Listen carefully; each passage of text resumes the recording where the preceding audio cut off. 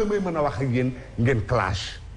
su ngeen clashé ma soog a mën a yulli li nekk ci man. indi ay argument ndax man lu ma randal dafa am lu ma fay teg. waaye du ma randal lëf ba pare te du ma am lu ma ca teg je ne parle pas dans le vide. ñu ne à l'épreuve du féminisme. féminisme mooy jigéen joo xam ne lépp loo xam ne dafa demoon ci cosaan ak aada ak démb ak bërki démb loola doon koo bëgg a tuxal. ñu ne nag la société reconnaît plus ces femmes. ñu ne jamono ji fii nu toll réew mee tax ñuy wax xàmmeetul ay jigéenam. démb de ak bërki démb xàmmee woon nañ jigéen ña. diggante Caaroy Géej ba Cambérène ba keroog ngay dem Tiwaawoon ba keroog ngay romb jam ñaajo ah jigéen ñoon day sopp naa leen lool fajar ngay gis nu yenn seeni pañe démb ak bërki démb laa la wax. boobu Ndakaaru melut nii boobu fattagul booba yaraax na lool di liggéey ba jënd kër di liggéey ba seen boroom kër ëlbatiku jël kër gënu jënd jaay ko ñuy liggéey ba doom dañ ca am màgg ba ëlbatiku ba liggéey ba ami immeuble. ñu ne bàyyi su lekkee alalu soxna doom mën na koo fay ëllëg. bàyyi su amee lee soxnaam ci warugar wala wareef wala ak can mën na noo dem ba ëllëg doom fay ko. kon jigéen jooju de gërëm naa ko ndax la mu daan deg démb ak bërki démb di yanu ab pañam di jaay rek ngir njaboot kooku nangu naa mu liggéey kooku fa mu jëm ak fa mu tegg ab tànkam ak fa mu koy dëgg kooku nangu naa ko. waxuma jigéen ji nga xam ne nag dafa taxaw daan ni féminisme la moom lay woote waaw. féminisme mooy lépp lu woon démb doon koy toxal waaye la muy indi tey da koo jëggaani. nee na ñaari loxo mooy takk tubéy kon ñaari loxom par force mooy takk ab sër. jant bu ngeen jotee soo ko teree ne ko bàyyi mu lànk bis boo ca amee ak moom aw ay dàqoo koo jàng gënoo koo xam buur gënoo koo xam bureau yi gënoo koo mën a yéeg gënoo koo mën a wàcc foo tegg tànk na fa teg tànk ba nu convoqué la woo la nga ñëw taxaw sama soxna la na la sa soxna sab loxo waru koo dal.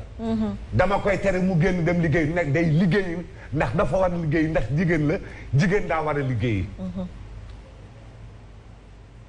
ñanuy roy mooy ña nekk ca kaw nga xam ne soo nee cuut sa soxna ba aw ay am su buur ñëwee la muy njëkk a wax ana ku góor ki nga ne maa ngi nii mu ne la génnal kër gi nga génn kër gi mu taxaw doogu lijjanti daal ne soxna si loo nar mu ne nangam ak nangam donte konte daf laa tooñ sax yow doon lay atte ñàkkal ndax doonoo dooleel jigéen. ñu ëlbatiku ne doon yi am ay kàddu fu nekk doon fay taxaw nga gis jigéen joo xam ne ci assemblée wala ci kuréel gu daje wala fenn ñeme naa fëgg talaata góor mu supp jaleen daanu te jàmm doo nga ciy mujj. maanaam dara du ko ci fekk. gis ngeen ko fii li may wax. papa donc féministe égalité la xale jigéen ñi di wut égalité côté. égalité mooy nee nañu ñoo góor ñi ñoo yem. égalité sociale doon da ngay liggéey damay liggéey. su ma ñëwee soo ma itteewoo soxla ma lool donte konte ngay caddi su ma ko mënuma ko bañ naa lànk naa te nag soo ko laalee su ngeen demee ba ci yoon yow dootoo ko def yow nu may leen doole lool ci tànk yooyu nam nekk mu dema dem ba ni ma ko mën a tuddee mooy picc moom boppam ñu ne picc moom boppam garab gu ko neex naaw dal waaye picc ban ko nalee nen ko bóof ko ñaar fukki fan ak benn toj ko mu sax ay karaw nu dem tuuti mu sax ay dungu nu koy xol di ko xol ba si yàgg mu jóg daal di naaw wër ñëw tong naawaat wër dugaat ci tàgg mi naawaat wër dugaat ci tàgg mi daal ne yaay ñaanal ma mu ne mu ne ko damaa bëgg a firim réew ba ko ndeyam di ñaanal day da ko ne doom mu ne mu ne ko ak lu dugub rafet na nga moytu fiir ak mbëpp ak conkóor fiir ak mbëpp ak conkoor. fiir xam nañ ko mbëpp ak conkoor moom lan la papa. conkoor yaa sayda conkoor moom nan daan jàppee picc yi jàpp naa ko ba tey conkoor mooy karaw gi nekk ci geenu fas. ñu naan ko conkooru fas moom ngay jël di ko rawaase di teg di ko takk ci fiir gi takk ba mu baree bari picc yi doon yi dugg ba si yàgg rek bu ci nekk dalee roccantal mën nga cee jàppandoo fukki picc. ak mbëpp dafa am ku toog ak sëñ Touba Cheikh Abdou Ahad Mbacké defar terrain bi ba mu baax def ci suuf su rafet a rafet wut as ndox daal di teg daal di wut dugub daal di suyal wàccee gerte daal di jël nag kees gi def ko ak mbëpp looloy mbëpp dem tollu fële raccantal ci ak buum.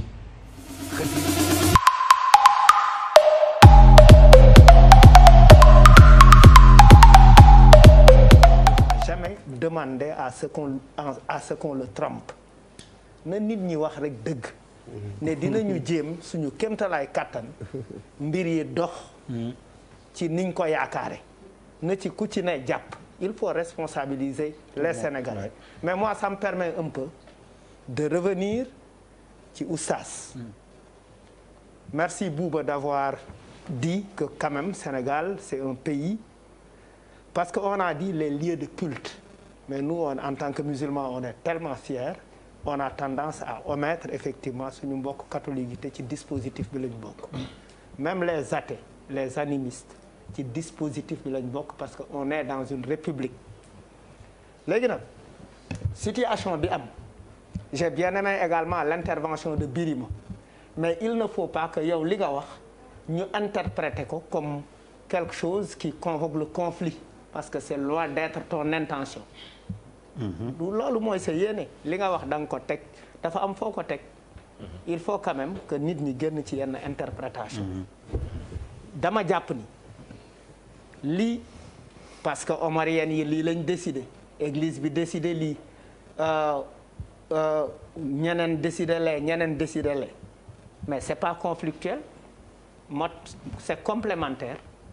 parce que tey bu ñu wonee j'ai vu une belle photo de la délégation du khalife